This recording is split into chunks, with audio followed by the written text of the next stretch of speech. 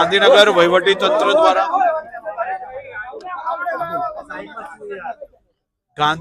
વહીવટી તંત્ર દ્વારા જે કોઈ નાગરિકો ખાસ કરીને આ ટાઇફોઇડની અંદર સંકળાયેલા છે એવા સૌ લોકોની ટ્રીટમેન્ટની વ્યવસ્થાઓ અને તમામ લોકો એક સારી રીતે અહીંયા ટ્રીટમેન્ટ પ્રાપ્ત કરી શકે તે માટેની વ્યવસ્થાઓનું નિરીક્ષણ કરવા માટે હું collector Shri, commissioner Shri, mayor Shri અને બધા જ લોકો અહીંયા આવ્યા હતા.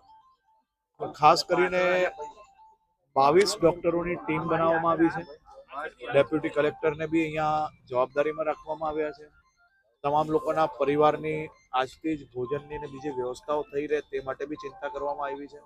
આજે વહેલી સવારથી union home minister Shri Amitbhai Shah સાહેબે બી કમસે કમ 3 વાર આ આખી ટ્રીટમેન્ટ માટેની, એના પરિવારની ચિંતા માટેની અને પરિવારને અહીંયા ટ્રીટમેન્ટ દરમિયાન કોઈ બી પ્રકારની તકલીફ ના પડે તે માટેની વ્યવસ્થાઓ માટે બી એમને રિવ્યૂ લીધેલો હતો અને આજે સાંજે ફરીથી review union home minister Shri B લેવાના છે. તે પહેલાં આજે તમામ અધિકારીઓ જોડે બેસીને અને ખાસ કરીને આ લોકોને મળવા આવ્યો હતો. સંપૂર્ણ જે કોઈ નાના મોટા ઇસ્યુઝ હતા જેના કારણે ટાઇફોઇડમાં સંકળાયેલા છે એને ઉપર બી મહાનગરપાલિકા દ્વારા તાત્કાલિક પગલાં ભરીને કામગીરી પૂર્ણ કરવામાં આવી છે. ઝડપથી તમામ લોકો ફરી સાજા થાય તે માટેની વ્યવસ્થા કરી.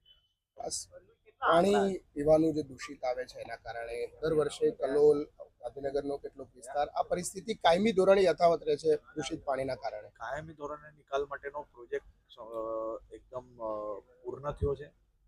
સામાન્ય રીતે મારું માનવું છે કે 10 થી 15 દિવસમાં એ પ્રોજેક્ટ ચાલુ કરી દેવામાં આવશે.